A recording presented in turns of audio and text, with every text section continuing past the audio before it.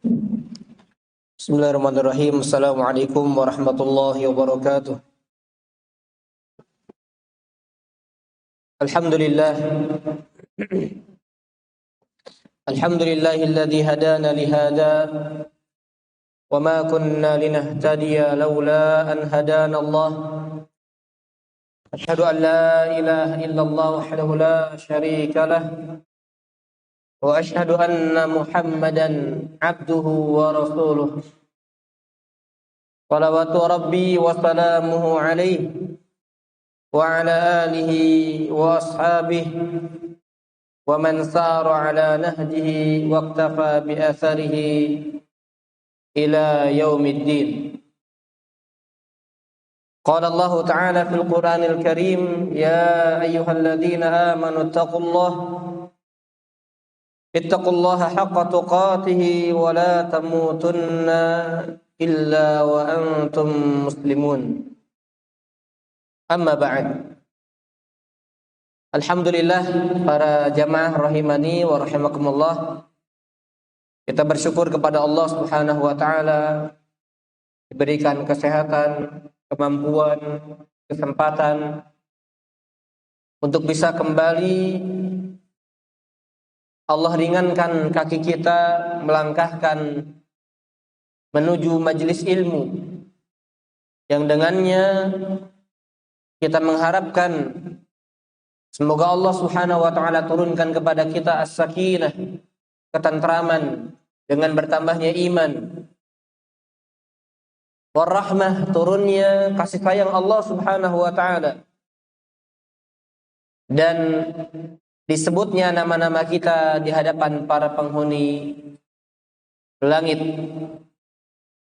Dan semoga dengan datangnya, duduknya, hadirnya kita di majelis ilmu memudahkan kita jalan menuju surga Allah Subhanahu wa taala. Amin ya rabbal alamin. Salawat dan salam semoga Allah Subhanahu wa taala limpah curahkan kepada Nabi kita Muhammad sallallahu alaihi wa ala alihi wasallam. Bapak Ibu, para ikhwan dan akhwat jamaah rahimani wa rahimakumullah. Insyaallah kita melanjutkan pembahasan kajian dalam hadis Al-Arba'in An-Nawawiyah di hadis yang ke-11.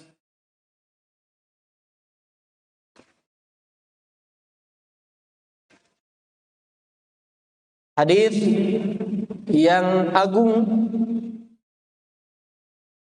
yang dengan ini seorang hamba hatinya menjadi tentram, hatinya menjadi tenang, karena syariat tidak menghendaki, syariat tidak menginginkan para pemeluk agama Islam muncul keraguan yang membuat hatinya tidak tenang. Orang kalau ragu, bimbang jadinya. Orang kalau tidak ada keyakinan, maka tidak nyaman hatinya. Maka Islam datang dengan kaidah bagaimana kita menyikapi keraguan-raguan. Karena sering terjadi dalam kehidupan kita. Ya, sering terjadi dalam kehidupan kita, sering muncul dalam hati kita ketika kita menjalankan atau ketika kita menghadapi sebuah amalan-amalan.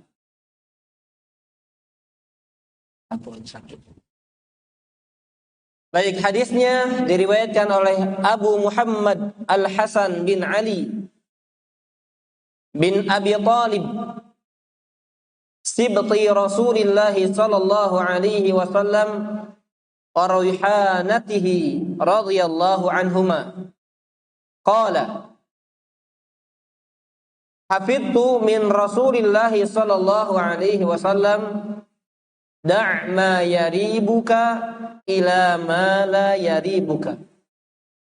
Rawahu Tirmidzi wan Nasa'i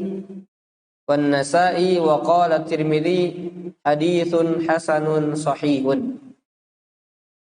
Dari Abu Muhammad Al-Hasan bin Ali bin Abi Thalib, cucunya Rasulullah Shallallahu Alaihi Wasallam dan kebanggaannya,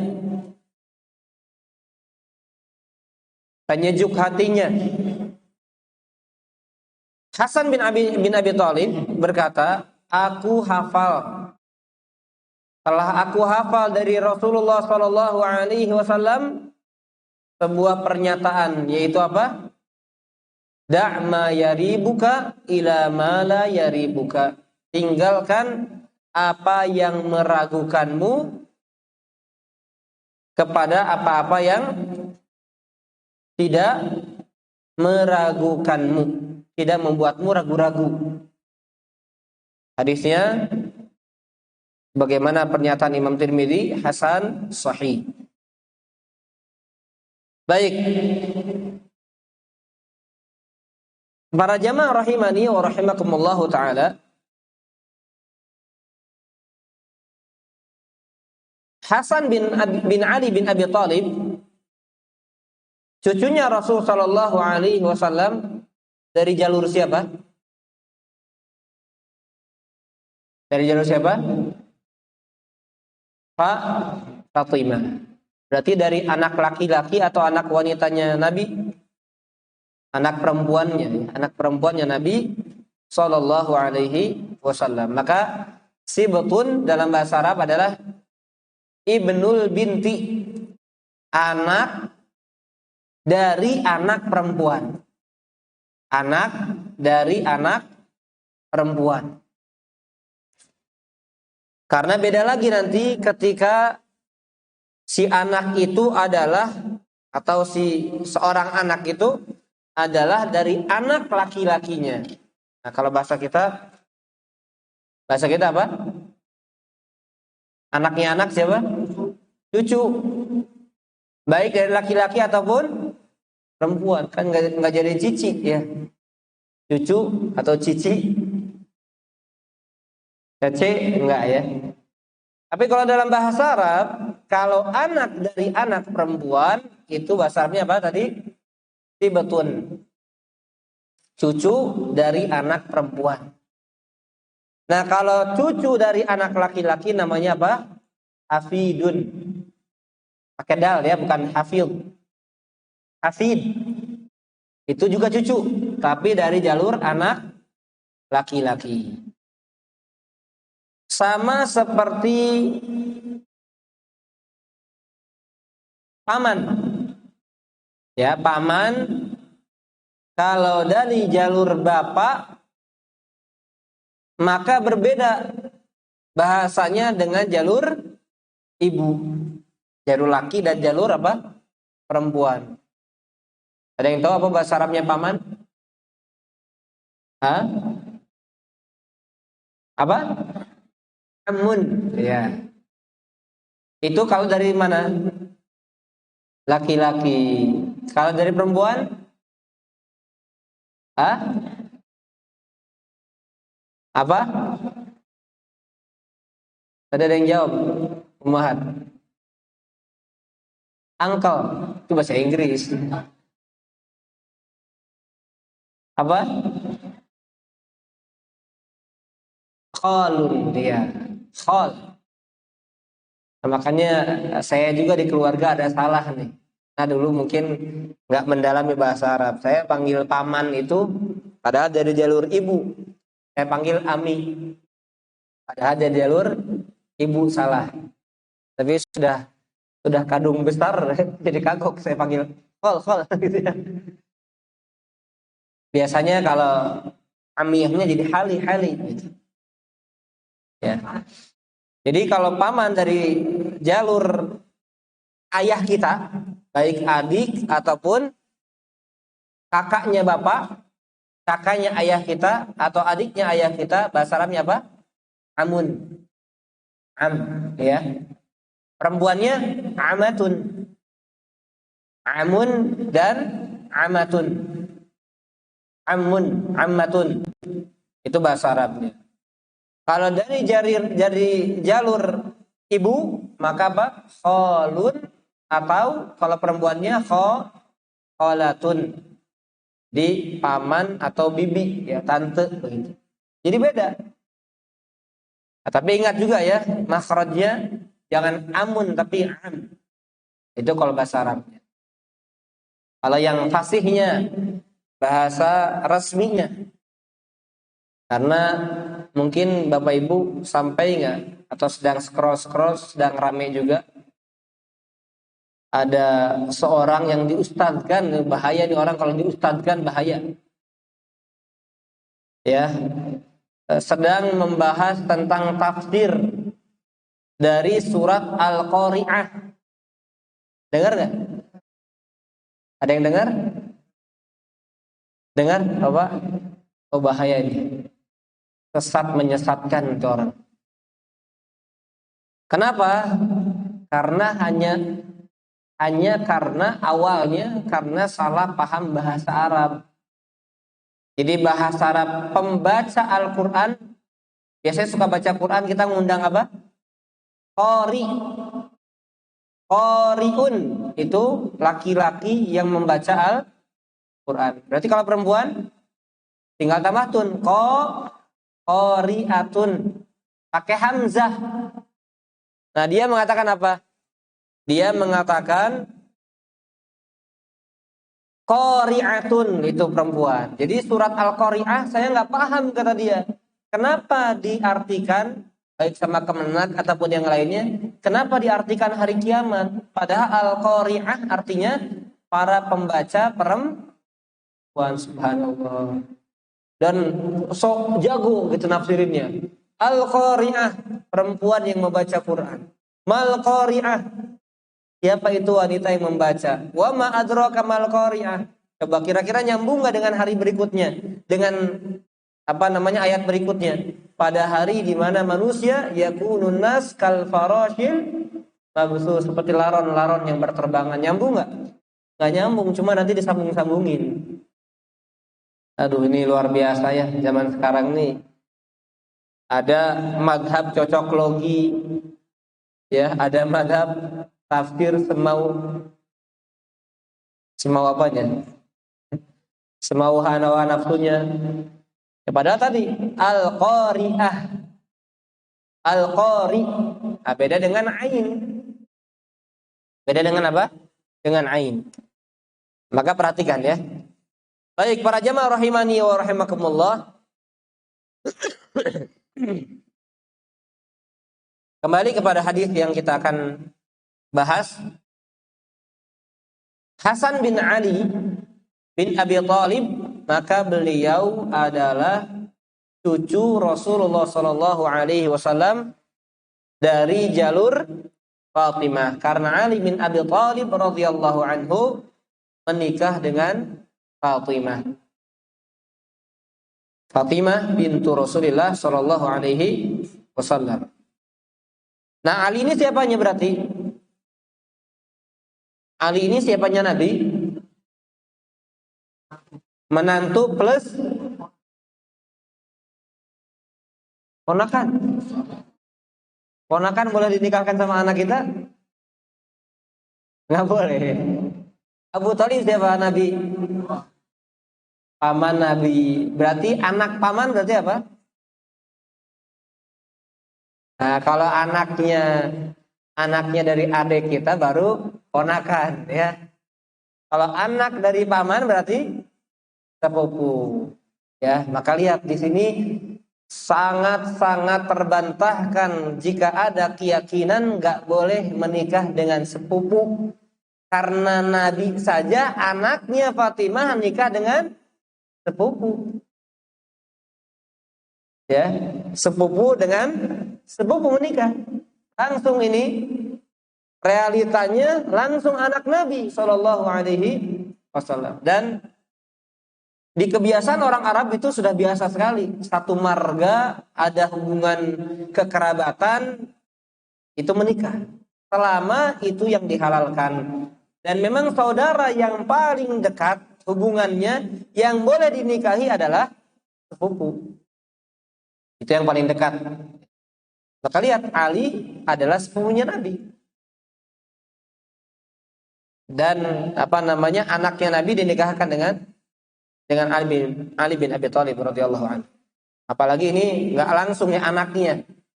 Nah, kalau langsung saja kita dengan sepupu kita itu boleh. Karena berarti apa? Sepupu bukan mahram. Maka sepupu harus apa namanya? Sama dengan orang asing gitu. Baik, para jamaah rahimani wa rahimakumullah, kemudian yang perlu kita sampaikan juga poin yang kedua, ini berkaitan dengan bahasa tadi. Beliau adalah cucu Nabi dari jalur anak perempuannya. Yang kedua, Allahu a'lam bishawab, ini memang perselisihannya cukup panjang berkaitan dengan keturunan keluarga Nabi Shallallahu Alaihi Wasallam yang disebut dengan apa sekarang? Habib. Nah, tapi saya ingin meluruskan. Ini langsung dari ahli bahasa. Jadi Habib jamaknya apa? Para apa? Para apa? Biasanya diundang kalau banyak Habib itu para apa? Habaib. Sebenarnya bahasa salah. Karena habaib itu untuk muannas, untuk perempuan. Jadi yang benar adalah ahibba. Ya, itu dari ahli bahasa. Nah, cuma di kita para habaib itu bahasanya udah salah.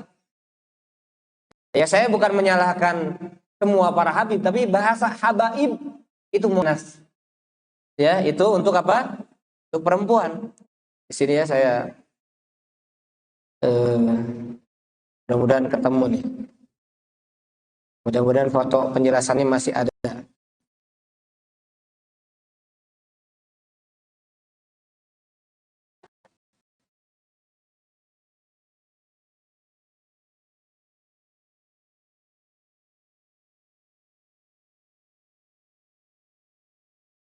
Jadi kalau apa namanya? Kalau laki-laki Habib, kalau perempuan Habibah. Nah, maka Habibah jamaknya Habaib. Kalau Habib laki-laki jamaknya Ahibba. Makanya kalau saya katakan wahai para ikhwan yang aku cintai, maka saya katakan ahibbai. Wahai jamaah laki-laki yang aku cintai, bukan habaib. Gitu ya. Nah, nggak ketemu fotonya. Nah, nanti coba saya ini ya, saya share insyaallah. Mudah-mudahan masih ada nanti ya. Baik para jamaah rahimani wa rahimakumullah. Nah, ini kami ingin sampaikan juga berkaitan karena Allah alam ya, ini saya diskusi dengan Ustaz Salim ya, Al-Muhdhar yang suka ngisi juga di sini. Ustaz, jadi gimana menurut Ustaz? Keturunan Nabi itu ada atau tidak? Terputus enggak? Karena kan dari perempuan itu terputus. Jadi nasab kalau dari perempuan itu terputus. Makanya maaf ya, orang-orang Arab yang masih fanatik dengan marganya, maka nggak mau anak perempuannya itu dinikahkan dengan non-Arab. Nggak mau anak perempuannya dinikahi oleh laki-laki non-Arab. Bagi yang fanatik. Sebetulnya pilihan saja, tapi kalau karena fanatisme, apain? Karena kan yang penting walaupun non-Arab bertakwa sama Allah. Ya, karena tidak dilihat Arabi, Ajami, orang Arab atau non-Arab, tapi yang dilihat oleh Allah adalah ketakwaan kepada Allah Subhanahu wa taala. Tapi lihat banyak ya. Kalau mau bukti silakan aja coba anak laki-lakinya nikah dengan wanita Arab. Ada, cuma ya agak sulit. Kecuali orang tuanya bertakwa kepada Allah, nggak mempermasalahkan itu. Nah, kenapa? Karena terputus nanti. Kalau dari perempuan, maka nanti anaknya ikut jalur siapa? Ayahnya, bapaknya. Karena yang paling kuat nasab kepada siapa? Ayahnya. Maka terputus tuh dari si kakeknya itu. Terputus kepada cucunya. Nah, tapi saya diskusi dari pertanyaan kepada Ustaz Salim, hafizahullah ta'ala. Beliau mengatakan ada hadis yang disahihkan oleh Syekh Al-Albani. Semua nasab itu terputus. Itu hadis yang kuat nih. Semua nasab itu terputus dari jalur perempuan kecuali nasabku, kata Rasulullah SAW. Maka Dari sinilah menjadi dasar keturunan Nabi itu ada. Makanya nanti kemudian juga sampai ada menjelang hari kiamat, di antara tanda kiamat akan ada siapa nanti? Akan ada siapa? Imam Mahdi. Namanya sendiri siapa? Muhammad bin Abdullah, sama kayak nama Nabi. Imam muntazar, imam yang ditunggu, yang dinanti. Namanya Muhammad bin Abdullah, namanya sama kayak Nabi. Ya Muhammad. Dan beliau Imam Mahdi. Kenapa disebut Mahdi? Karena mendapatkan petunjuk dari Allah. Mahdi. Ya. Nah berarti kan kalau ada nanti, gak mungkin tiba-tiba muncul keluar turun dari langit kayak Nabi Isa. Gak mungkin. Berarti ada jalurnya, betul atau tidak? Tapi ini kita bicara, apakah keturunannya masih ada? Ya, ada. Ya, insya Allah saya masih condong kepada ada, karena nanti akan ada, berarti kan masih bersambung terus. Karena Nabi kan yang mengatakan nanti akan muncul Imam Mahdi dari keturunanku yang namanya sama dengan namaku. Nah, maka dari hadis yang tadi kami sampaikan, semua keturunan itu terputus kecuali garis keturunanku, maka dikecualikan. Itulah kemudian menjadi dasar keturunan para nabi itu keturunan nabi itu masih ada. Tapi tidak semua keturunan Nabi menjadi patokan kebenaran. Nah itu yang harus kita garis bawahi. Kenapa? Karena tolak ukur kebenaran, apakah dia mengikuti Nabinya Shallallahu Alaihi Wasallam atau tidak? Apakah dia pegang teguh kepada sunnahnya Nabi Shallallahu Alaihi Wasallam atau tidak? Karena siapapun yang mengikuti sunnahnya Nabi maka diikutinya karena mengikuti Nabi Shallallahu Alaihi Wasallam, baik dia keturunan Nabi ataupun bukan. Sampai hanya karena ini keturunan Nabi, ya kita cinta keturunan Allah. Karena di antara bukti keimanan adalah cinta kepada keluarga Nabi Shallallahu Alaihi Wasallam. Tapi bukan berarti jadi cinta buta, nggak peduli, menyimpang, sesat, kemudian bengkok, jauh dari ajaran Rasulnya Shallallahu Alaihi Wasallam. Yang penting keluarga Nabi dijamin surga, enggak, sama sekali tidak. Karena jangankan keturunan yang sangat jauh. Kata Nabi apa? Lau anna Fatimah binta Muhammadin sallallahu alaihi wasallam atau binti Muhammadin sallallahu alaihi wasallam saraqat laqata'tu yadaha. Karena Nabi saja mengatakan apa? Seandainya Fatimah anaknya Muhammad sallallahu alaihi wasallam itu mencuri, aku yang akan potong tangannya. Ya Nabi tegaskan, jadi kalau anakku salah, ya aku akan hukum. Berarti apa? Kalau keturunanku ada yang menyimpang, ya jangan diikuti. Betul atau tidak? Jadi bukan karena keturunan Nabi Sallallahu Alaihi Wasallam maka mereka maksum, tidak. Karena yang maksum cuma Nabi. Adapun keturunannya berarti apa? Tidak maksum. Sama seperti pamannya. Pamannya ya ada yang masuk neraka, bahkan dijaminkan neraka kepadanya. Itu siapa? Abu Thalib. Baik, ini catatan yang kedua. Jadi ikuti yang sesuai dengan ajaran Al-Quran dan Sunnah Nabi SAW yang dengan pemahaman yang benar. Ya, alhamdulillah seperti Habib Salim, masya Allah ya. Hanya beliau ya banyak orang nggak suka. Jadi kalau mungkin dilihat di YouTube pasti ini Habib atau Habib Wahabi. Habib tapi Wahabi, padahal zaman Nabi nggak ada Wahabinya. Habib Wahabi atau misalnya Habib yang menyimpang dari datuknya Rasulullah SAW dan seterusnya. Ya banyak cacian, makian, hujatan dan seterusnya. Ya, semoga Allah menjaga beliau dan menjaga kita semuanya dari makar-makar, dari fitnah-fitnah, dari keburukan-keburukan. Baik, kemudian yang ketiga, para jamaah azan ya Allah yakum ajma'in. Nah, ini ada keterangan penting juga para jamaah. Jadi ingat atau tidak dengan kisah terjadinya perselisihan yang cukup besar antara siapa? Muawiyah bin Abi Sufyan. Tahu kisahnya? Karena kepemimpinan Ali bin Abi Thalib radhiyallahu anhu. Tapi setelah Ali bin Abi Thalib itu meninggal, maka apa? Dibaiat untuk khilafah itu Hasan. Tanazala anha li Muawiyah. Karena kan ada perselisihan itu. Tapi yang menjadikan mereka damai di antaranya apa? Yang menjadikan mereka damai adalah Hasan bin Ali bin Abi Thalib radhiyallahu anhu. Maka para jamaah azanillahu yakum ajmain, para ulama mengatakan bahwasanya Hasan cucunya Nabi ini lebih afdol dibandingkan Husain. Hasan, ini faedah yang ketiga. Hasan itu lebih afdol dibandingkan siapa? Husain. Hasan Husain kan namanya. Tapi yang lebih diagungkan oleh kaum Syiah siapa? Husain. Nah, jadi seandainya mereka jujur, seandainya mereka benar, harusnya mereka lebih apa? Lebih condong kepada Hasan dibandingkan. Dan kenapa, Pak? Karena kecintaan kita, Pak. Kecintaan kaum muslimin kepada para sahabat itu pun harus sesuai dengan kadar yang Allah dan Rasulnya sudah tetapkan.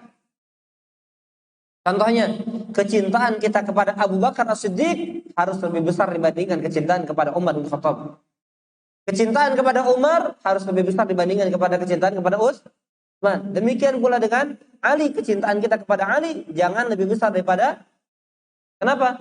Karena urutan itu sama. Kadar cinta kita kepada mereka tergantung kadar derajat mereka di sisi Allah Subhanahu wa taala.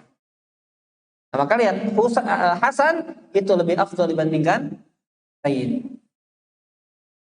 Ya, tetapi kenapa? Apa sebabnya kaum Syiah Rafidhah itu lebih condong kepada Husain? Karena kisah terbunuhnya yang membuat sedih mereka. Sehingga mereka menjadi apa? Menjadikan sebagai wasilah untuk mengagungkan keluarganya Nabi Shallallahu Alaihi Wasallam. Baik, kemudian para jamaah azan ya Allah ya kebajamain, kita masuk di dalam hadisnya. Tadi masih muqaddimah berkaitan dengan perawi hadisnya.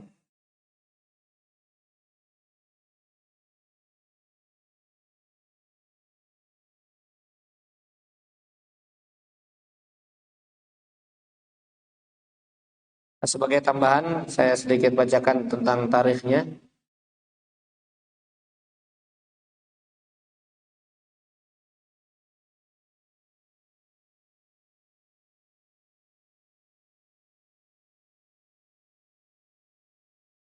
Jadi Hasan bin Ali bin Abi Thalib ini termasuk sahabat junior ya, bukan kibar sahabat tapi sahabat junior.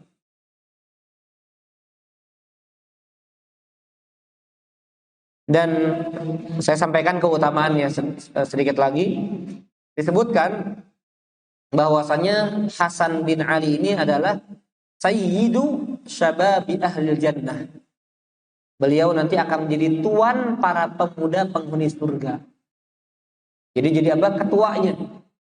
Jadi kalau anak-anak muda yang wafat misalnya di masa mudanya, mereka masuk surga, maka ketua mereka siapa? Al-Hasan bin Ali bin Abi Thalib radhiyallahu anhu.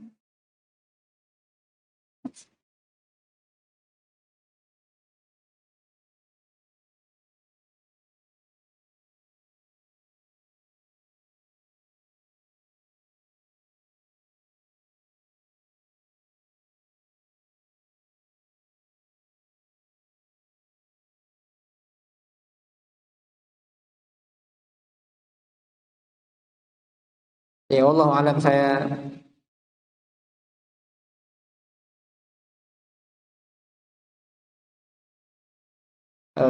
pernah mendengar keterangan. Jadi cucunya Rasul Shallallahu Alaihi Wasallam ini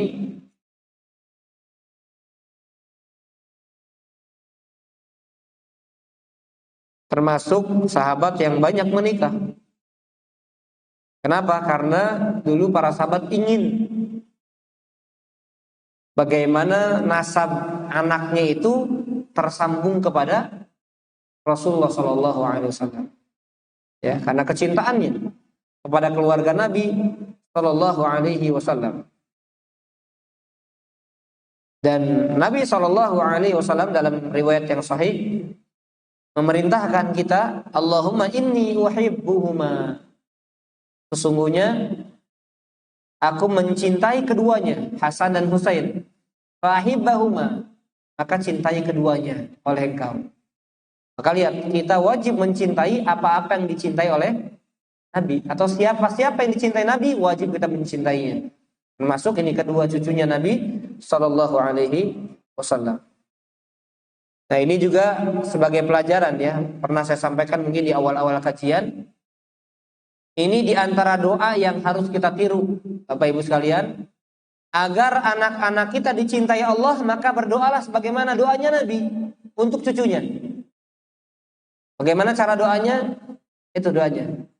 Allahumma inni uhibbuhu. Misalnya anaknya laki-laki, saya pernah sampaikan ya. Anaknya laki-laki satu, Allahumma inni uhibbuhu fa'ahibbah. Ya Allah, aku mencintainya, maka cintailah anakku oleh engkau ya Allah. Kalau anak yang perempuan, Allahumma inni uhibbuha fa'ahibbaha. Anaknya banyak, Allahumma inni uhibbuhum. Laki-laki perempuan nyampur misalnya, katakan dengan kata ganti hum. Allahumma inni uhibbuhum, ya Allah aku mencintai mereka. Fa'ahibbahum, dan cintailah anak-anakku ya Allah oleh engkau. Karena Nabi berdoa dengan doa ini untuk Hasan dan Husain ya.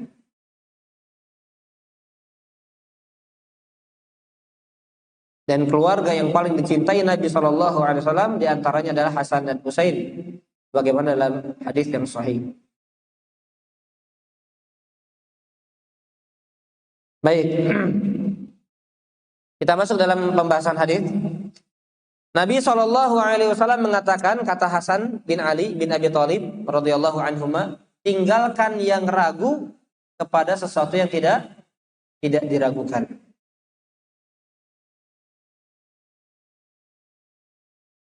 Ini diantara keutamaan Nabi. Apa diantara keutamaan Nabi? Utia jawami'ul kalim. Nah, coba ada yang tahu, ikhwan ataupun akhwat, kalau kasih hadiah ya. Apa yang dimaksud dengan jawami'ul kalim? Karena ini diantara kekhususan Nabi Sallallahu Alaihi Wasallam. Jawami'ul kalim. Jangan googling, jangan ya. Kalau googling curang, nggak halal. Hadiahnya. Ada yang tahu apa jawami'ul kalim? Ini diantara keutamaan Nabi, Bapak Ibu. Jawami'ul kalim. Ikhwan, ada yang tahu? Ya, gimana? Masya Allah, barakallahu fiik. Setidaknya ada yang mewakili aja, saya sudah senang ya. Kalau satu masjid nggak ada yang tahu, waduh. Jawami'ul kalim itu jawami dari kata jami, terkumpul. Makanya masjid dikatakan masjid jami karena mengumpulkan banyak orang. Masjid jami, masjid besar gitu ya. Terkumpul. Al kalim itu jamak dari kalimah. Apa itu? Kata-kata. Maksudnya apa? Nabi itu sering menyebutkan kalimat singkat tapi memberikan faidah yang banyak. Makanya lihat singkatnya kata-kata Nabi. La yaribuka ila ma la yaribuka. Tapi kalau disyarah bisa jadi kitab itu. Dan dalam kehidupan realita kita itu akan memberikan faidah yang sangat banyak. Da' ma yaribuka. Tinggalkan apa yang membuat kamu ragu kepada sesuatu yang kamu tidak ragu-ragu di dalamnya. Oh, ini banyak para hadirin. Ya, nanti kami akan sampaikan contoh-contohnya. Dan jangan ragu lagi setelah kita sebutkan hadis ini. Jadi harus jadi apa? Kaidah dalam kehidupan kita. Baik, para jamaah azanillahu yakum ajmain, ini berlaku pertama. Silakan dicatat. Kaidah ini berlaku dalam ibadah. Dalam ibadah berlaku. Jadi ketika dalam suatu ibadah ada keraguan-raguan, tinggalkan kepada sesuatu yang tidak ragu. Yang kedua, dalam muamalah. Dalam ibadah, kemudian dalam muamalah. Kemudian juga dalam apa? Dalam pernikahan. Nah, kadang ada orang ragu-ragu nih, ini nikahnya sah atau tidak? Diulang nggak akad nikahnya? Gitu. Kemudian dalam setiap bab ilmu, dalam setiap bab ilmu. Jadi dalam ibadah, dalam muamalah, dalam nikah, dan dalam setiap bab ilmu. Contoh dalam bab ibadah. Perhatikan Bapak Ibu. Contoh dalam bab ibadah. Ada dua contoh nih, harus paham. Ada orang, para ikhwan dan akhwat, ada orang yang dia sudah berwudu tapi kemudian batal wudunya. Perhatikan. Sudah apa tadi? Sudah berwudu, kemudian batal wudunya, dan batalnya disadari. Bukan nggak sadar, tapi disadari. Kemudian dia sholat. Ketika sholat, dia ragu. Di pertengahan sholat dia ragu. Apakah sudah wudu lagi ataukah belum? Apakah sudah wudu lagi ataukah belum? Apakah dia dalam keadaan suci atau tidak suci? Maka muncullah keraguan-raguan di dalam hatinya. Apa yang dilakukan? Batal atau lanjutkan? Batal atau lanjutkan? Hah?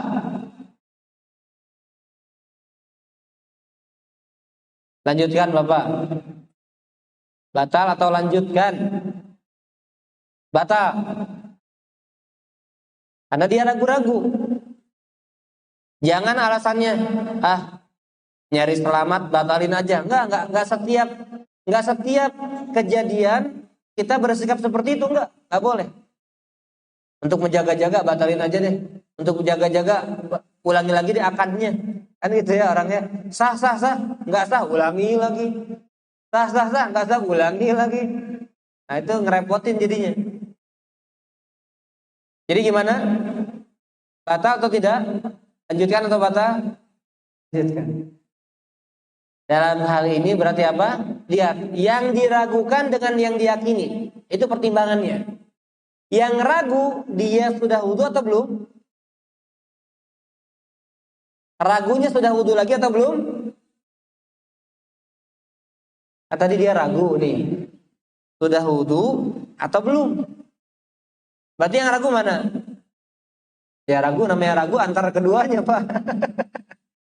Kalau ragu berarti ragu sudah atau namanya ragu. Kalau belum berarti yakin dia. Kalau belum berarti emang yakin. Kalau yakin belum wudu ya batal. Kalau ini apa? Ragu. Maka lihat, yang diragukan berarti dia belum wudu lagi. Ya. Dan berarti yang yakin apa?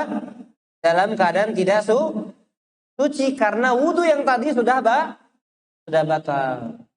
Berarti apa? Batalkan. Ini beda kasusnya. Orang sudah wudu dan yakin wudunya sudah batal. Berlalu berjam-jam misalnya atau berlalu beberapa kegiatan dia lupa. Udah wudu lagi atau belum? Nah, berarti kan hukum asalnya wudunya sudah batal, itu yang yakin. Adapun yang ragu, yang diragukan adalah apa? Yang meragukan sudah wudunya. Oh, ini masih diragukan. Maka tinggalkan yang diragukan. Kembali kepada yang yakin. Yakin sudah batal. Betul atau tidak? Yang yakin dia sudah batal. Untuk sudah wudunya masih ragu. Berarti yang masih ragu itu yang ditinggalkan. Maka batalkan sholatnya. Ini kasus pertama. Kasus yang kedua mirip. Orang sudah wudu, berlalu kegiatan, meeting, ngobrol, makan, kuliner dan lain sebagainya. Kumandang adzan, dia mau sholat, tempat wudu antri. Wah, udahlah saya dengan wudu yang tadi aja. Ragu, saya sudah batal atau belum? Nah sekarang dibalik, saya sudah batal atau belum? Maka hukumnya mana? Lanjut sholat atau wudu lagi? Lanjut sholat atau wudu lagi? Hah? Tadi perasaan ada suara. Suara apa tadi? Tadi ke WC nggak saya? Oh, kayaknya ke WC. Tapi enggak kayaknya. Buang angin. Oh, jangan-jangan buang angin. Tapi enggak kayaknya. Nah, kalau gitu gimana? Wudu lagi untuk jaga-jaga atau lanjut sholat? Iya. Lanjutkan. Kenapa? Karena hukum asalnya dia yakin di atas wudu.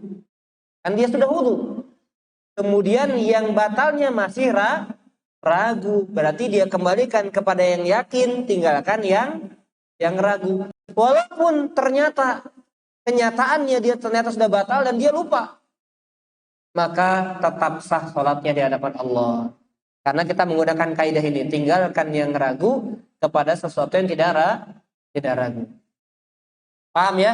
Tadi ingat, ragunya belum wudu. Kalau sekarang ragunya belum batal. Gitu. Bedakan tuh antara dua kondisi. Baik, ini dalam masalah ibadah.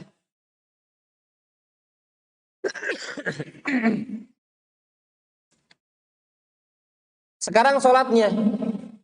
Sekarang sholat para jemaah. Sudah sholat. Ini rakaat 3 atau rakaat 4? Nah, ragu. Sering ini ya. 3, 4. Jangan-jangan udah 5. Udah tahu 3, 4. Dianggap 5 lagi ya. 3 atau 4. Maka mana yang kita ambil? Hah? Ambil yang dikit atau ambil yang banyak? Kenapa lebih suka yang sedikit kalau dalam masalah ini? Tergantung Bapak Ibu. Tergantung. Ragunya sampai tahapan mana? Kalau ragu sampai tahapan tidak bisa menimbang mana yang lebih condong, apakah kurang ataukah bertambah, maka bangun di atas yang sedikit. Ya, paham? Jadi kalau benar-benar ragu, blank.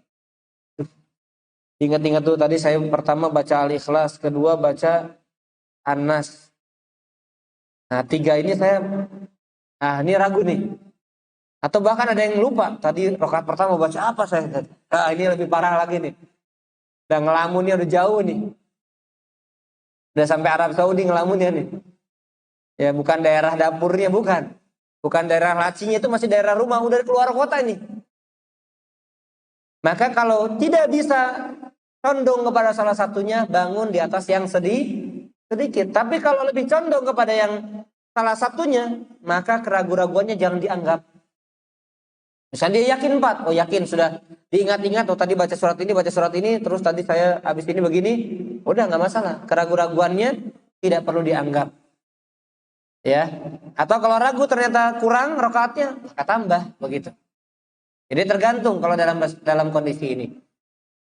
Baik para jamaah azan ya Allah wa yakum ajmain. Sekarang masuk dalam bab akad. Ya, dalam bab akad. Contohnya adalah akad nikah.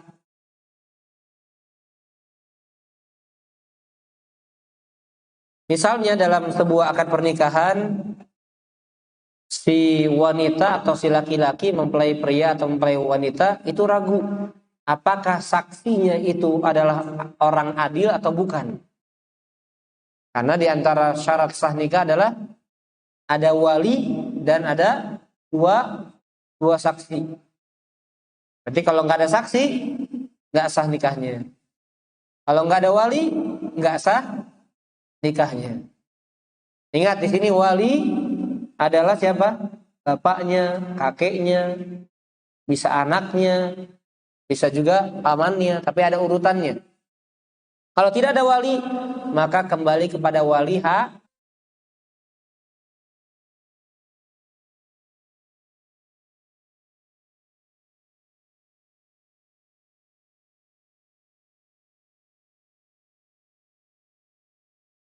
yang harus yang resmi.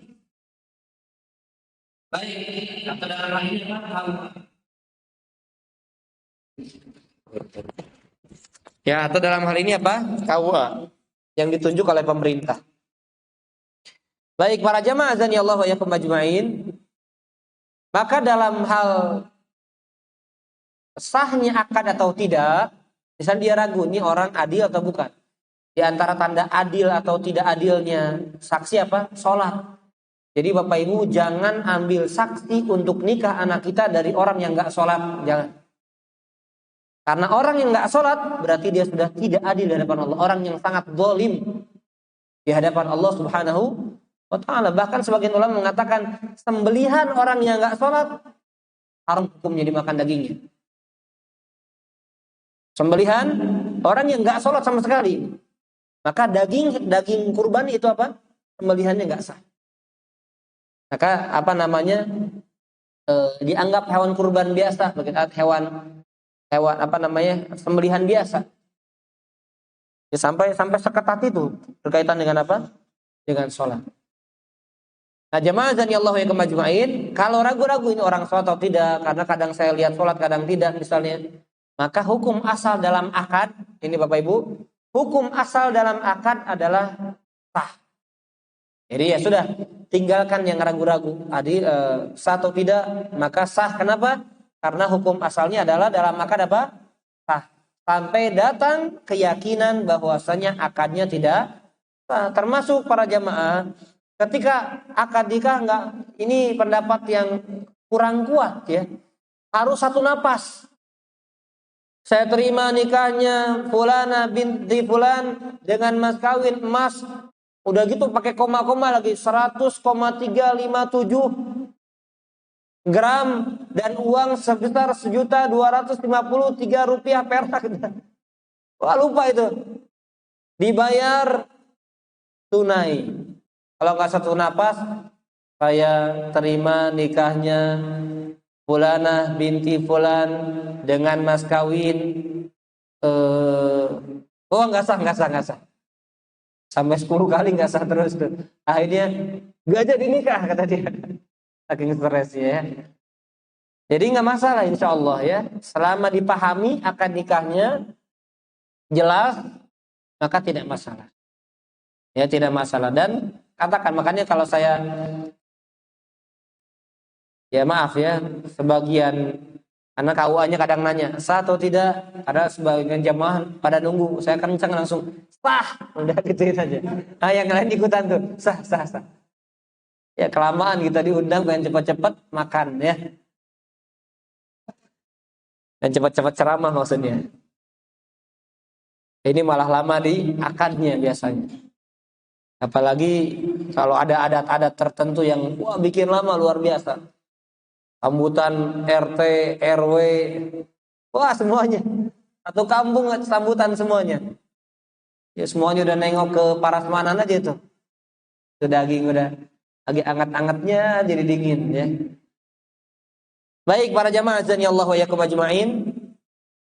Demikian pula misalnya dalam menyusui. Nah ini hukum persusuan, anak sepersusuan.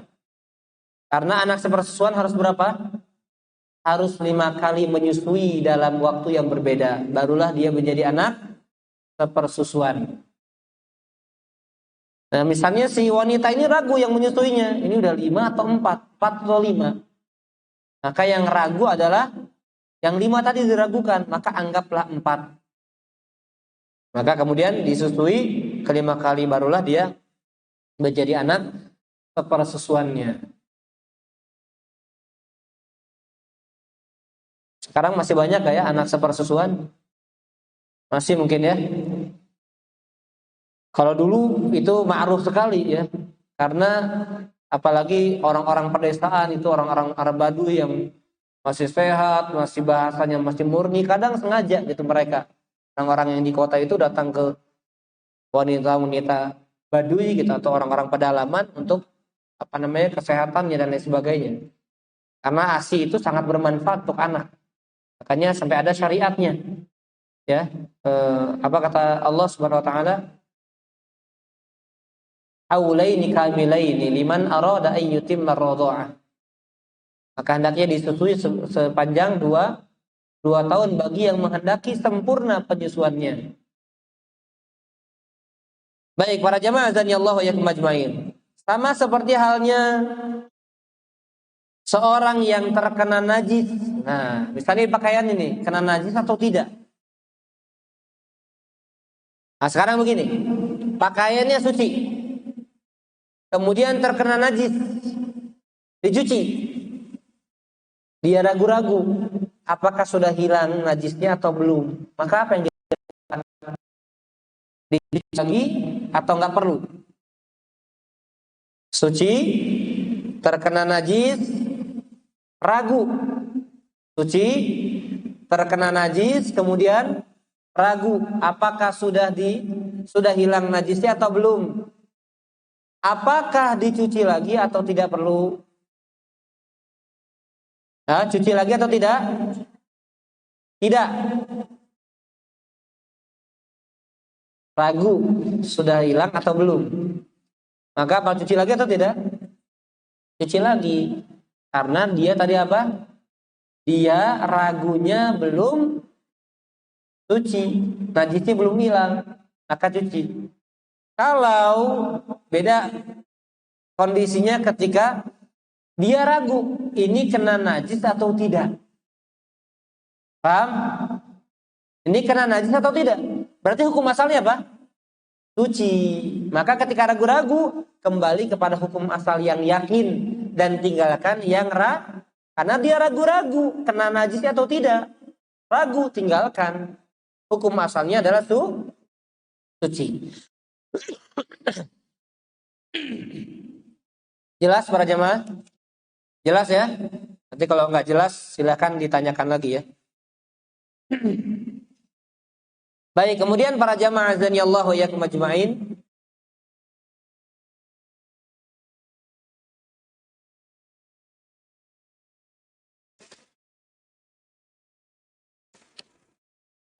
Dari hadis ini juga menerangkan ya bahwasanya Islam benar-benar mengajarkan kita agar kita beribadah dengan tenang dan nyaman. Beribadah dengan tenang dan nyaman. Karena sangat terganggu Bapak Ibu. Sangat terganggu kalau ibadah tapi dalam keadaan apa? Dalam hati was-was. Paham ya? Terganggu itu. Najis enggak? Batal enggak? Sudah wudu belum? Kan begitu. Ya. Sah atau tidak? Itu mengganggu sekali. Makanya tinggalkan. Apalagi Bapak Ibu sekalian, apalagi kalau orang itu sudah pada tahapan was-was. Kalau was-was tinggalkan sejauh-jauhnya. Makanya ada orang terkena penyakit Bapak Ibu, wudunya diulang-ulang. Wudunya apa? Diulang-ulang. Sudah wudu, aduh sah enggak ya? Ulangi lagi. Sampai ada 3-5 kali saya punya teman waktu itu. Setelah saya lulus SMA, sempat kuliah di salah satu institut ya. Tapi cuma sebulan di sana ya. 5 sebulan akhirnya pondok lagi kemudian masuk Lipia. Itu ada teman. Kita sampai jangankan dianya, kita aja tersiksa kalau pas di samping dia tersiksa kita. Kenapa? Setiap sholat batal dia. Setiap sholat, mau subuh, zuhur, asal maghrib bisa sepanjang mondok batal terus sholatnya. Bayangkan kenapa? Ragu tadi saya wudunya, wudu lagi Pak. Dan itu terjadi setiap sholat. Capek kasihan karena was-was dia. Udah dinasehatin nggak, saya daripada nggak diterima sholat saya ulang lagi. Padahal lihat Rasul Shallallahu Alaihi Wasallam mengajarkan bagaimana Islam mengajarkan ketenangan, kenyamanan sampai ada kaidahnya. Yang ragu tinggalkan dan beralihlah kepada yang tidak ragu. Sudah yakin, sudah berusaha, sudah. Apa yang diragukan tinggalkan, was-was syaitan tinggalkan. Nah makanya para jamaah ada penyakit para jamaah. Apa namanya, salisil baul. Jadi kadang kencing itu suka masih netes. Ya, laki-laki ataupun perempuan. Bagaimana kita menyikapinya? Nah, maka perhatikan. Ini Syekh Utsaimin memberikan penjelasan yang cukup jelas dan gamblang. Hukum asalnya Bapak Ibu, kencing itu, air seni itu tidak akan keluar kecuali dengan sengaja. Betul atau tidak? Kita ingin baru keluar. Maka buktinya apa? Orang yang menahan kencing dia tidak ingin ditahan, keluar atau tidak? Nggak mungkin kan setiap pengen kencing cer aja gitu. Nggak, pasti tahan dulu masuk WC baru bisa keluar. Betul atau tidak? Karena Allah sudah ciptakan sempurna dalam tubuh manusia, ada yang mengontrol itu. Saya nggak tahu apa itu nama, ya dokter ini yang tahu ya. Intinya apa? Tertahan. Hukum asalnya tidak akan keluar kecuali dengan kehendak kita. Nah, maka ketika dia keluar di luar kehendak kita, maka itu keluar dari hukum asal. Itulah yang disebut dengan apa? Itulah yang disebut dengan diragukan berarti. Nah, maka bagaimana sikap kita ketika misalnya sudah berusaha kita bersihkan, ya sudah berusaha kita bersihkan dan nggak perlu ya. Ada sebagian mengatakan tekan perutnya, nggak ada hadisnya. Jadi kalau mau usaha silakan usaha, tapi jangan sampai dianggap sebagai sunnah, apalagi diyakini ini harus, nggak perlu. Yang penting apa? Istinja sebanyak 3 kali. Atau dengan kata sederhananya, cebok 3 kali. Ya. Maka apa? Kalau sudah dibersihkan 3 kali, sudah sekali wudhu, kemudian sholat. Nah kadang Ustadz, ini saya mengalami juga, ya banyak yang mengalami juga. Kadang ketika ruku ketekan keluar, misalnya, ya maka kembali. Kalau itu sering terjadi, maka jangan hiraukan. Kalau itu sering terjadi, sekalipun keluar, maka jangan hiraukan. Kenapa? Karena kita sudah berusaha bersuci, kemudian kita sudah wudhu, sudah bersihkan, sudah wudhu, dan sudah mulai sholatnya. Kecuali misalnya sekali-kali, ternyata kita lalai, abai, cara membersihkannya misalnya kurang bersih, sehingga masih tersisa misalnya. Nah, maka boleh dicek. Kalau benar keluar tetesannya, maka ganti celananya misalnya, kemudian dia bersihkan lagi, kemudian dia wudhu lagi. Kalau yang jarang-jarang, tapi kalau terkena terus, ya sama seperti orang yang diuji kesehatannya, maaf ya, dia kencing di situ, dia AB di situ, maka sholat semampunya. Sekalipun ketika sholat dia keluar air atau keluar kotoran, maka sholat lanjutkan. Kenapa? Karena dia orang yang mendapatkan uzur. Ya, dia mendapatkan uzur. Karena Islam ini mudah, tidak menyulitkan, dan bertakwalah kepada Allah semampu kalian.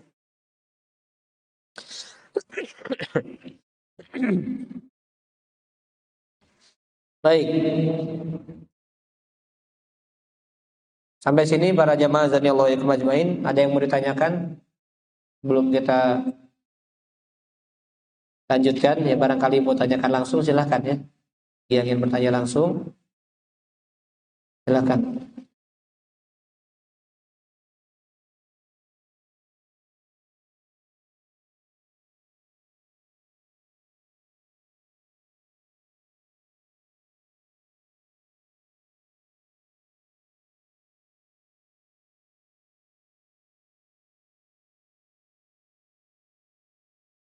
Assalamualaikum.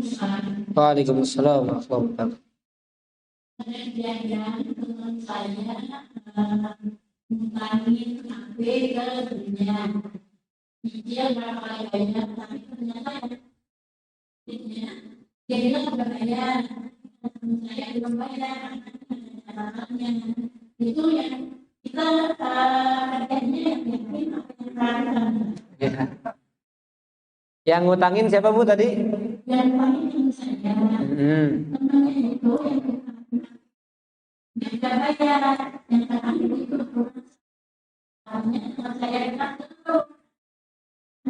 Iya. Yang satu nyatat, yang satunya lagi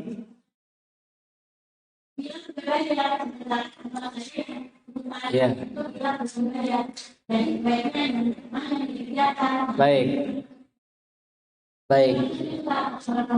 Waalaikumsalam warahmatullahi wabarakatuh. Karena dua-duanya sama-sama yakin.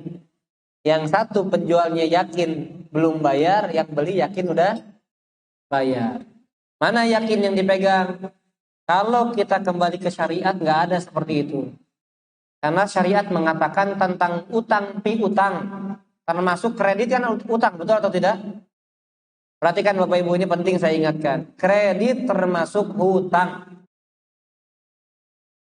Sekalipun dengan cara yang dibolehkan oleh syariat. Bapak Ibu jelas? Jelas nggak? Saya ulang sekali lagi, kredit termasuk hutang sekalipun dengan cara yang dibolehkan oleh syariat. Tapi jangan sampai ada kata-kata kredit syariat, jangan ada. Kenapa Bapak Ibu? Karena Islam tidak mengajarkan kita untuk kredit. Syariat nggak mengajarkan kita untuk ngutang. Jadi jangan bilang, ayo kredit syariat. Nggak ada. Nggak ada. Islam nggak mengajarkan. Kalau mau bilang, ayo kredit. Dengan cara yang dibolehkan oleh syariat. Jadi kalau kredit syariah, ayo. Berarti ngajak apa? Ngajak orang berutang. Nggak pernah Islam mengajarkan. Bahkan Islam mengajarkan kita memohon kepada Allah berlindung dari hutang. Allahumma inni a'udzubika minal ma'tham wal maghram. Ya Allah, aku berlindung dari dosa dan hutang. Wa min ghalabatid daini wa qahri rijal, dan dari hutang yang melilit. Itu ya. Jadi ketika ada kredit yang diperbolehkan, itu Islam memberikan batasan, oh ini boleh. Tapi Islam nggak ngajak agar apa? Hutang. Ini yang pertama Ibu. Yang kedua, bagi yang Ibu yang bertanya dan untuk kita semuanya faedahnya, kalau kita menjalankan syariat, maka nggak ada perselisihan. Kenapa? Karena Allah mengajarkan tentang hutang piutang, ayatnya paling panjang. Kenapa? Karena memang kalau hutang itu paling panjang urusannya. Maka ayatnya juga paling panjang. Urusannya suka panjang kalau hutang. Surat Al-Baqarah Allah mengatakan apa? Ya ayyuhalladzina amanu idza tadayantum bidainin ila ajalin musamman faktubu. Wahai orang-orang beriman, kalau kalian saling berhutang sampai waktu yang ditetapkan, maka catatlah.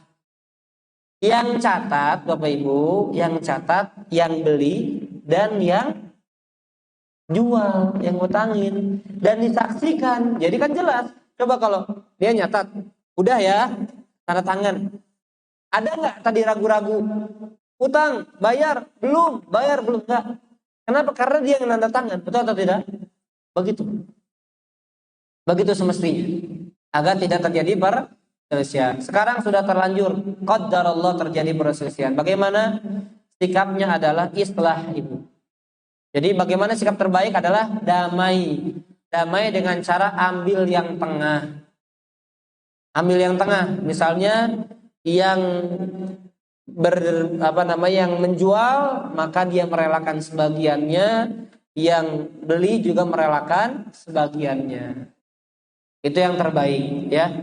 Tapi ya nanti kembali lagi, kebijaksanaan itu akan terjadi atau tidak. Wallahu a'lam bishawab. Baik, silakan.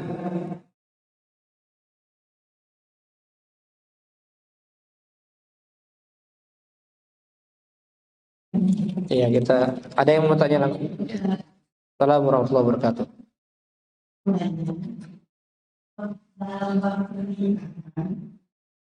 Dalam syariat Islam, wajib dihimbaukan aku dinikahkan dan yang kedua, kita harus ada saksi dari keluarga baik keluarga atau dari luar dari luar. Iya. Waalaikumsalam warahmatullahi wabarakatuh. Baik, yang pertama, apakah langsung dinikahkan atau wajib khitbah dulu? Nggak wajib khitbah dulu. Karena khitbah itu kan apa? Nandain kalau bahasa kita. Dan ketika seorang wanita sudah dikhitbah, maka dia tidak boleh dikhitbah oleh laki-laki lain. Sampai dibatalkan dulu khitbahnya, baru bolehlah dia dilamar atau dikhitbah oleh orang lain. Wala yakhthub ala khitbati akhikum. Kata Nabi, janganlah seorang mengkhitbah wanita yang sudah dikhitbah oleh saudara kalian. Tapi kalau misalnya ketemu, ketika langsung boleh, silakan. Gak masalah, gak wajib langsung, gak wajib dengan khitbah dulu. Yang kedua, saksi itu yang penting adil, baik dari keluarga ataupun dari luar keluarga. Ya, yang penting syahidai adlin, kata Nabi, dua orang saksi dari yang adil. Wallahu a'lam bishawab.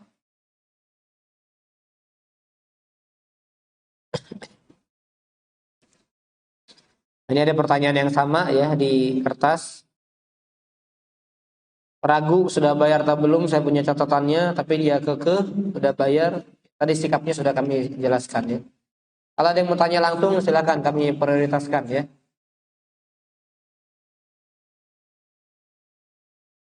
Bagaimana tata cara buang air kecil untuk wanita, jongkok atau berdiri? Subhanallah. Masa yang gini nanya ibu. Perempuan nggak mungkin berdiri ya. Nggak mungkin ibu. Bukan yang gaduh ibu-ibu sendiri. Karena nasib. Tapi nggak apa-apa. Ini bertanya kita jangan tertawakan ya karena ingin tahu. Tapi sudah sunnatullah, sudah ma'ruf. Ya sudah jelas.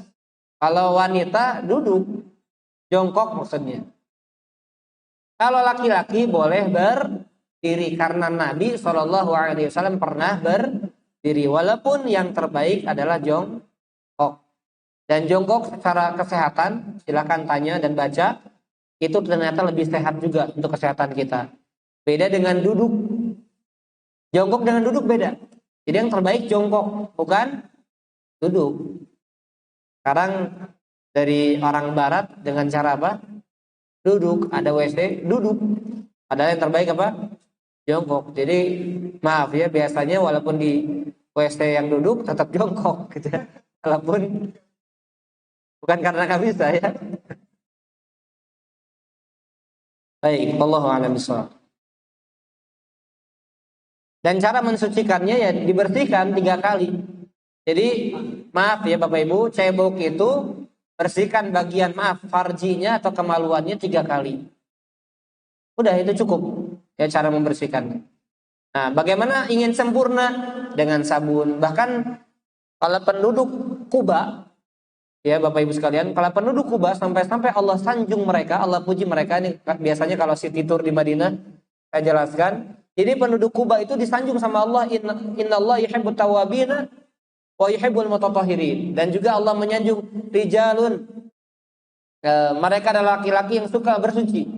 Kenapa? Karena mereka menggabungkan 2 cara bersuci. Mereka bersihkan dengan batu dulu baru dengan air.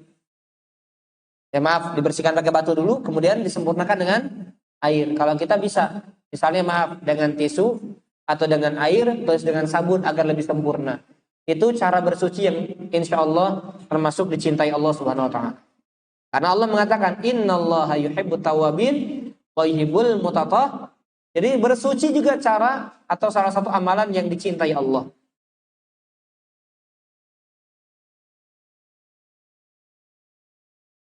Baik, ini ada pertanyaan bagus. Tadi saya mau bahas tapi cukup ya dengan ada pertanyaan ini jadi teringat. Bagaimana jika ragu pada saat sholat maghrib 3 rakaat atau 4 rakaat, tetapi ingatan itu muncul saat mau sholat isya sering? Mohon penjelasannya. Para ulama banyak berkata, kalau keraguan itu muncul setelahnya, apalagi jauh setelahnya, maka jangan dihiraukan. Apalagi sering seperti ini, maka anggap sudah sempurna. Ya. Apalagi sering ini, kalau sering sudah permainan syaitan yang memberikan was-was kepada hamba Allah Subhanahu wa taala.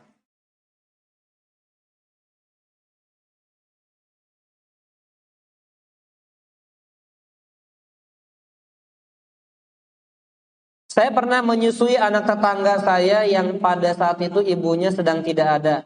Anaknya nangis terus sama neneknya. Kebetulan anaknya laki-laki seumuran dengan anak saya, kurang lebih umur 6 bulanan. Akhirnya saya susui hingga tertidur. Hukumnya bagaimana Ustaz? Apakah sudah dibilang anak persusuan? Tidak, karena harus 5 kali.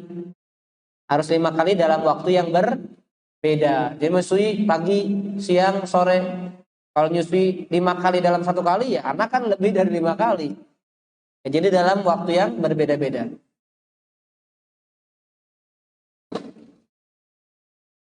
Bolehkah saat ketika adzan sedang dikumandangkan? Bolehkah sholat ketika adzan sedang dikumandangkan? sementara kita sudah menjawab adzan yang lain. Boleh, nggak masalah. Yang penting sudah masuk waktunya. Sudah kita pastikan masuk waktunya, karena perbedaan adzan di beberapa tempat bisa jadi karena perselisihan jam. Sedangkan kalau waktu pasti satu. Jadi kita harus pastikan mana yang paling mendekati atau yang paling benar, yang sesuai dengan waktunya. Begitu ya.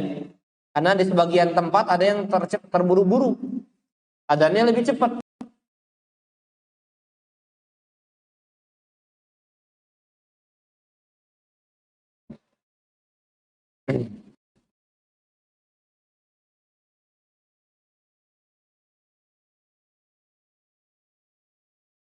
Keluarga kami mempunyai tanah wakaf pemakaman dan orang tua kami sudah pada wafat, tinggal anak-anaknya saja. Jadi makam itu hampir sudah terisi penuh. Lalu tanah pemakaman itu akan dijadikan jalan tol sehingga kami harus memindahkan makam-makam tersebut. Yang saya tanyakan, jika tanah tersebut mendapati ganti rugi berupa uang, apakah harus dibagikan kepada kami selaku ahli waris dan orang tua kami? Allahu a'lam ya. Karena akad pertamanya wakaf, maka diwakafkan lagi, tidak menjadi warisan. Ya. Karena sudah wakaf itu kan berarti harta yang sudah diwakafkan lillah, untuk Allah, maka diwakafkan lagi. Wallahu a'lam bishawab. Nanti coba dipastikan kepada ahlinya ya, yang lebih ahli. Apakah uang pergantian tersebut wajib kami keluarkan zakatnya? Tadi wakaf saja ya, diwakafkan lagi. Walaupun misalnya dengan jenis yang lain, atau kalau bisa dengan jenis yang sama, wakaf pemakaman lagi misalnya. Izin bertanya, ada akhwat yang dinikahi laki-laki tapi menggunakan wali bukan orang tua akhwatnya. Walinya adalah ustadz yang dianggap faqih. Hal ini terjadi karena orang tua akhwat berpaham khawarij, mengkafirkan muslim lain, dan tidak memberikan restu pada si ikhwan. Jadi menikahlah mereka dengan wali ustadz tersebut. Namun karena keraguan akhirnya akhwat itu meminta diceraikan setelah menikah kurang lebih 1 pekan. Mohon penjelasan Ustadz. Akhwat itu benar-benar khawatir dan takut. Ya tadi saya sudah jelaskan. Walinya adalah wali hakim yang resmi. Dalam hal ini KUA. Ya, atau orang yang misalnya orang KUA walaupun tidak lewat pencatatan misalnya. Yang penting dia adalah orang resmi yang ditunjuk oleh pemerintah. Kalau semua orang berhak menjadi wali, ya gampang, nanti ada orang yang pura-pura diustadkan, pura-pura ditokohkan. Ya dengan cara itu kemudian disahkan pernikahannya. Kalau ini kan jelas ragu-ragu nikahnya, bukan kembali kepada hukum asal. Hukum asal akad adalah sah tadi ya. Tapi kan ini ragukan di awalnya. Bukan dengan wali hakim yang tepat. Betul, boleh berpindah karena tadi si orang tuanya misalnya punya pemahaman aneh sehingga menikahnya adalah menikah karena agama, itu boleh berpindah ke wali hakim. Tapi kalau bisa ada wali yang lain seperti pamannya atau yang lainnya, itu lebih baik. Allahu a'lam bishawab.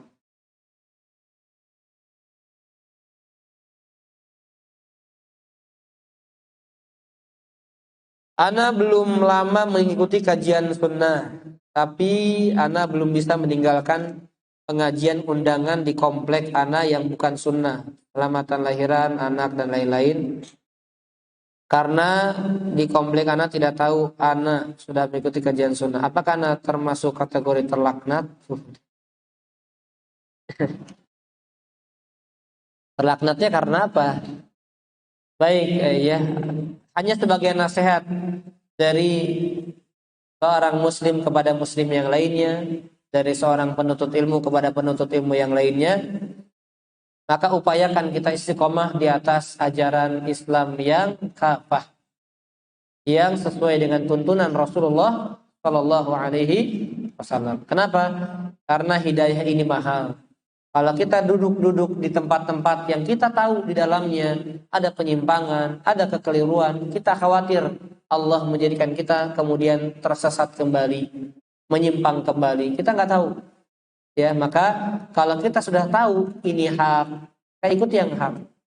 Ini pengajian yang di dalamnya ada syubhat, maka ya jangan dihadiri. Begitu. Allahu a'lam bishawab. Kalau misalnya dalam arti pengajian yang kita datang hanya untuk sekedar datang saja sebagai bentuk penghormatan, maka bisa kita akali caranya. Yang penting sosok kita hadir dan nggak mesti harus sampai selesai. Biasanya begitu. Mudah-mudahan nggak masalah. Anda mohon pencerahan kalau selesai sholat suka mendoakan almarhum kedua orang tua anak yang telah tiada. Kalau kedua orang tua anak yang telah tiada. Apakah betul dalam sunnah tidak boleh berdoanya? Contoh, Summa ila arwahi fulan bin fulan al-fatihah. Ya betul ya. Jadi doakan ibu yang bertanya, doa langsung Rabbi firli wali walidayya. Dan nggak perlu kirim surat apapun, Al-Fatihah, Al-Baqarah dan lain sebagainya. Bacakan saja doa untuk kedua orang tua. Dan saya sampaikan sunnahnya setelah sholat adalah zikir, bukan doa. Doa bukan dilarang, tapi jangan dirutinkan. Karena yang dirutinkan adalah zikir. Doa kapan? Dalam sholat bisa doa. Sebelum sholat bisa doa. Setelah sholat maka fokus dalam zikir. Walaupun sekali-kali nggak masalah. Misalnya ada hajat, kemudian dia mau berdoa, silakan, nggak dilarang. Nggak mutlak terlarang. Tapi kalau menjadi rutin, maka kita lihat apakah Nabi dan para sahabatnya rutin dalam berdoa. Ada doa-doa tertentu yang dibaca setelah sholat, yang ada adalah zikir. Di mana zikir tersebut ternyata juga ada doanya. Maka cukup dengan doa yang diajarkan Nabi saja. Seperti Allahumma a'inni ala dzikrika wa syukrika. Kan itu doa.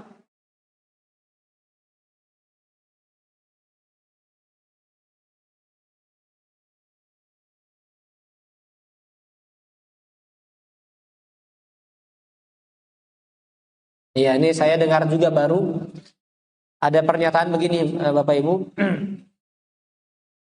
Kalau ada sebuah hadis yang disahihkan oleh ulama mutaqaddimin. Arti mutaqaddimin apa?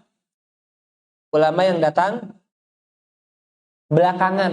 Belakang itu bukan belakang, baru.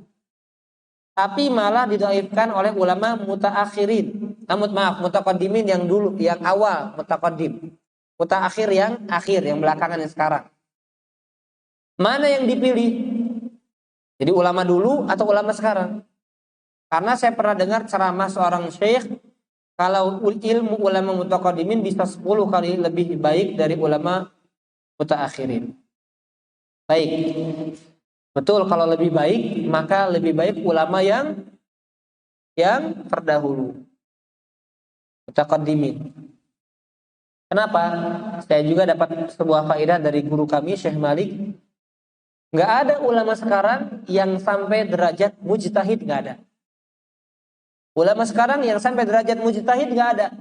Saya tanya, saya tegaskan, sekalipun Syekh Utsaimin, beliau masih ikut dengan ulama lama, nggak buat kaidah baru, nggak kayak Imam Syafi'i, nggak kayak Imam Ahmad yang mereka sampai pada tahapan mujtahid. Tahu mujtahid, Bapak Ibu?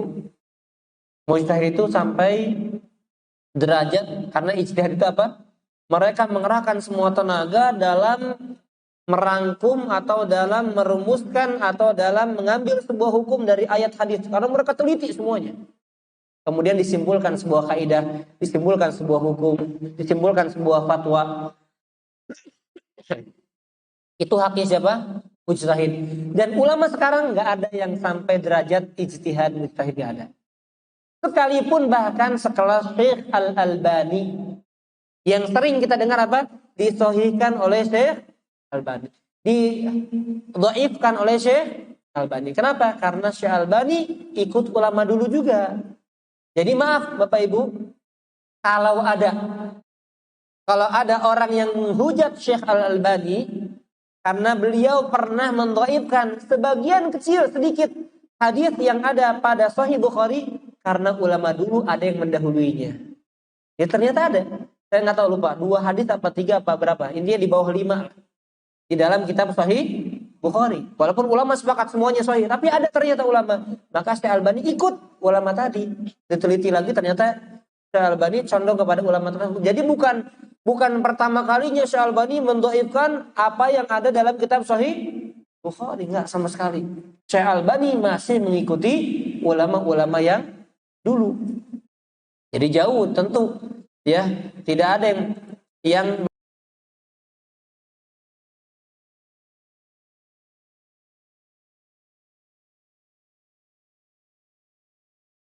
empat imam itu ya yang paling Imam Ahmad.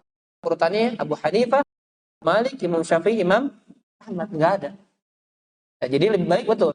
Nah, maka wallahu a'lam bishawab, dalam sahihan dan dhaifan hadis, maka wallahu a'lam ulama sekarang insyaallah mereka ikut yang terdahulu. Jadi kita tinggal cek sesuai dengan kemampuan kita mana yang kita lebih condong. Ya, wallahu a'lam bishawab. Kalau nggak salah Syekh tersebut membahas tentang doa kafaratul majlis yang katanya ulama-ulama dulu mendhaifkan. Tidak ada yang mensahihkan gitu ya. Tapi ulama-ulama sekarang mengamalkan itu. Ya, nanti coba saya akan cek lagi juga dan akan saya klarifikasi kepada Syekh atau guru-guru kami yang lebih kompeten dalam hal ini insyaallah. Saya ketika sholat selalu merasa seperti kentut, tapi bukan. Hanya letupan saja. Letupan. Letupan itu kayak petasan bagaimana tuh? Tapi karena saya ragu maka saya batalkan sholat untuk wudu kembali. Kalau untuk seperti ini bagaimana ya? Baik, saya nggak tahu ini laki-laki atau perempuan. Bapak Ibu rahimakumullah, sama seperti halnya angin atau kentut. Kata Nabi apa? Kata Nabi SAW, fa illam tajid rihan. Kalau kamu tidak cium baunya atau tidak dengar suaranya, maka jangan hiraukan. Ya, jangan apa? Hiraukan. Jadi sering sampaikan Bapak Ibu, sholat ketika sholat Bapak Ibu ragu ini tadi kentut atau bukan, atau cuma perasaan saja. Terdengar nggak suaranya? Itu pertama. Tercium nggak baunya? Tapi ingat, jangan sampai kita nggak sadar, tetangga kita yang sadar. Mereka dengar, kita nggak dengar. Mereka cium dah. Dia masih, padahal dia yang ngentut. Nah, ini bahaya nih. Ya. Jadi kalau tidak itu muncul, maka jangan dihiraukan. Karena itu was-was. Apalagi, ini yang bertanya tadi mengatakan apa? Ini sering terjadi. Maka was-was, jangan dibatalkan.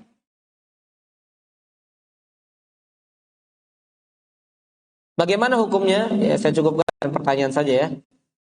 Bagaimana hukumnya menyebar ke sosial media bahwa suami menikah lagi? Ya, akhirnya pihak istri kedua mendapat banyak hujatan. Penyebab istri pertama menyebarkan adalah karena suami tidak memberitahu bahwa ia menikah lagi. Untuk apa? Karena sudah qaddarullah, sudah terjadi. Ya, disebarkan untuk apa? Apa manfaatnya? Apa gunanya?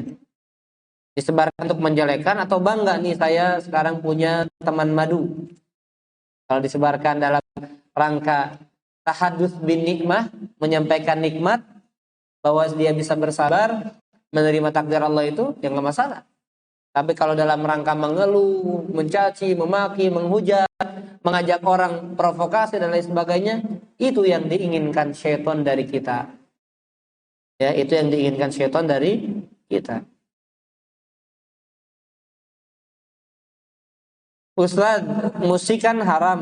Nah, sekarang banyak kajian-kajian tabligh akbar yang diadakan oleh para net gitu ya. Itu sering pakai alat musik, misal hadroh gitu. Gimana Ustaz? Dan ada teman saya juga yang benar-benar mengagungkan. Baik. Kita lihat majelis Rasulullah SAW dulu bagaimana. Apakah ya kemudian datang Nabi kemudian sallallahu alaihi dan lain seterusnya. Apakah juga majelis Nabi sallallahu alaihi wasallam oleh para sahabatnya kemudian ada yang bahkan sekarang ada yang dangdut. Ada nggak? Ada apa? Ika iku katanya, nggak tahu tuh. Ya, saya lihat. Maka saya tidak ragu sama sekali. Saya tanpa harus ragu-ragu menjawab, ini majelis yang tidak benar. Di dalamnya baik apapun label orang yang diundangnya, apakah dia di ustaz, kiai, haji, habib, ajengan, ajelengan, dan yang sebagainya, maka kalau itu dicampur baur dengan dangdut, dengan musik, maka ini majelis yang tidak benar. Dan saya lihat juga ada seorang habib dalam hal ini, saya sepakat gitu ya. Dalam hal ini dia menegur, malu saya katanya. Atau tidak? Tegur sama dia. Malu saya, bukan begini salawatan. Joget-joget salawatan, sallallahu. Ada yang berdiri perempuan, ada yang kayak joget apa nggak tahu, saya nggak punya aplikasinya. Ada joget TikTok dan lain sebagainya. Nah ini majelis yang tidak benar, kebatilan. Kalaupun ada hak di sana di dalamnya, maka hak dan batil adukan. Maka jangan seperti ini. Nggak akan sampai di hatinya kepada Allah, nggak akan sampai. Kenapa? Karena menjalankan apa yang bertentangan dengan apa yang Allah ridhoi dan sesuai dengan apa yang Rasulullah SAW ridhoi. Nggak ada. Kita jauhi hal seperti itu. Berkaitan dengan materi pekan lalu, dulu saya pernah disuruh sungkem kepada mertua dengan alasan saya ingin mempertahankan rumah tangga saya. Ceritanya saya skip ya Ustaz, karena saya masih trauma. Intinya bukan salah saya, suami pun membenarkan bahwa keluarganya yang salah. Nah ini saya masih sakit hati sama mertua dan ipar-ipar saya. Gimana ya Ustaz, memaafkan? Sudah, tapi susah banget untuk lupa. Kalau untuk lupa, manusiawi, orang itu tidak lupa dengan hal-hal yang membuat trauma dalam hatinya. Wajar, manusiawi. Tapi bagus dia memaafkan. Dan saya sering sampaikan nanti saya sampaikan faedahnya ya. Secara ini di media saya. Berkaitan dengan trauma atau sedih yang masih membekas di hati. Itu juga terjadi pada Rasulullah SAW. Apa kejadiannya Bapak Ibu, ada yang tahu? Ketika terbunuhnya singa Allah. Siapa itu? Hamzah bin Abdul Muttalib. Beliau dikubur di Madinah itu, nanti City Tour ada makam syuhada Uhud, dekat Jabal Uhud, dekat Jabal dulu namanya Jamar Rumah ya, karena para pemanah waktu itu diperintahkan Nabi sana. Ketika diutus para utusan Nabi ke kota Taif sekalian, maka saat itu Wahsy masih dalam keadaan musyrik kafir. Mendengar ada utusan Nabi menawarkan yang masuk Islam akan selamat, tidak akan diperangi dan lain sebagainya, maka Wahsy tertarik dan bertanya, apakah kalau aku menghadap Nabi, aku tidak akan dibunuh, aku akan selamat? Iya. Kalau kamu masuk Islam, kamu selamat. Taslim taslam. Masuk Islam, kamu selamat. Apa? Wahsy ikut dengan utusan-utusan Nabi menghadap Nabi. Nah, itu kan cerita viral itu. Nah, paman Nabi dibunuh oleh seorang budak yang hitam. Namanya siapa? Wahsy. Maka ketika berhadapan di hadapan Nabi SAW, Wahsy, Nabi mengatakan, apakah engkau seorang budak yang dikatakan jauh-jauh hari membunuh pamanku? Maka Wahsy mengatakan dengan bergetar, dengan takut, ya Rasulullah, karena takut dibunuh. Aku ingin masuk Islam, ya Rasulullah. Yang bunuhnya atas perintah siapa? Abu Sufyan, kalau nggak salah, tahu Hindun, istrinya. Iya ya Rasulullah. Maka apa kata Rasul? Ini yang membuat Wahsy seumur hidupnya sedih. Kalau begitu, aku memaafkan, tapi jangan pernah kau tampakkan wajahmu di hadapan selama-lamanya. Jadi Wahsy semenjak itu nggak pernah lagi berhadapan dengan Nabi. Ada Nabi ngumpet dia. Kenapa? Karena Nabi takut. Rasa sedihnya muncul, kemudian marah, emosi dan lain sebagainya. Wah ini kurang ajar, bunuh dia. Kan takut. Sedangkan dia sudah dalam keadaan Bagaimana dia? Bagaimana tidak sedih Wahsy nggak bisa berjumpa lagi dengan siapa? Dengan Rasulullah SAW. Tapi wajar, manusiawi itu Nabi. Manusiawi ketika punya trauma, punya rasa sedih. Karena apa? Ingat dengan pamannya yang begitu mulia, yang membela Nabi, dibunuh dengan cara yang sadis. Jadi wajar, saya katakan wajar. Wallahu a'lam bishawab.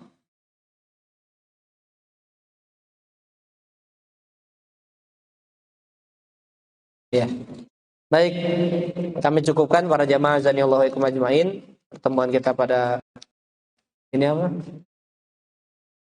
Yang lalu atau sudah pernah? Baik, kami cukupkan pertemuan kita pada pagi menjelang hari ini. Mudah-mudahan bermanfaat untuk kita semuanya dalam menjalani kehidupan, terutama ibadah, muamalah dan lain sebagainya, perlu dengan ketenangan, ketentraman. Sebagai faedah terakhir, Bapak Ibu, saya lupa menyampaikan, beda Bapak Ibu ya. Kalau misalnya kita tadi kaitan dengan satu pertanyaan saya jawab, Ustaz saya ragu untuk meninggalkan sebuah kegiatan. Pada kegiatannya yakin itu kegiatannya yang tidak diridhoi Allah, seperti apa tadi pengajian-pengajian di dalamnya musik, dangdutan, kemudian misalnya pengajian di dalamnya syubhat, Ustaz saya masih ragu untuk meninggalkan. Maka dalam hal ini jangan pakai kaidah ini. Kenapa? Karena jelas di dalamnya adalah kemungkaran. Jangan ragu, tinggalkan. Ya, tinggalkan di sini bukan berarti mengkafirkan orang yang bermajelis itu, mengkafirkan ustadznya, mengkafirkan habibnya, tidak. Tapi kita menjaga agama kita agar tidak tercampur dengan yang syubhat atau tercampur dengan yang sifatnya mungkar. Ada musik, ada dangdut, joget-joget. Walaupun sholawatan nggak boleh itu dicampur dengan musik, joget-joget dan lain sebagainya. Ini nggak beretika sama Nabi Shallallahu Alaihi Wasallam. Kalau Nabi saksikan, nggak mungkin disepakati, nggak mungkin, ya. Maka dalam hal ini, ya nggak perlu kita pakai kaidah ini. Ustaz, saya masih yakin dengan pengajian ini. Atau Ustaz kan tadi tinggalkan yang ragu, ya, tinggalkan yang ragu. Maka ketika saya ragu-ragu meninggalkan majelis, berarti saya harus tetap. Kenapa? Karena ini ragu. Jangan, ya, karena tidak pas kaidahnya dan penerapannya. Wallahu a'lam bishawab. Sekali lagi Allah Subhanahu wa taala memberikan manfaat dari ilmu yang kita bahas pada pagi menjelang siang hari ini, dan mudah-mudahan kita dalam majelis yang menghadirkan keberkahan dalam hidup kita, usia kita, waktu kita, kesempatan kita lebih berkah di hadapan Allah. Amin. Memohon kepada Allah doa yang sudah mulai dilupakan agar Allah menolong saudara-saudara kita di Palestina, menolong mujahidin untuk membela tanah Palestina dan menghancurkan sehancur-hancurnya orang-orang Yahudi, Zionis dan orang-orang yang di belakang, baik kaum munafikun, kaum kafirin yang membantu orang-orang Islam. Amin ya rabbal alamin. Dan mudah-mudahan Allah Subhanahu wa taala memberikan kesembuhan siapa kita yang sakit atau keluarga kita yang sakit, memberikan kesehatan kepada kita semuanya. Amin ya rabbal alamin. Subhanakallahumma bihamdika asyhadu an la ilaha illa anta astaghfiruka wa atubu ilaik. Sallallahu ala nabiyyina Muhammadin wa ala alihi wa sahbihi wa sallam wa akhiru da'wana alhamdulillahi rabbil alamin. Wassalamualaikum warahmatullahi wabarakatuh.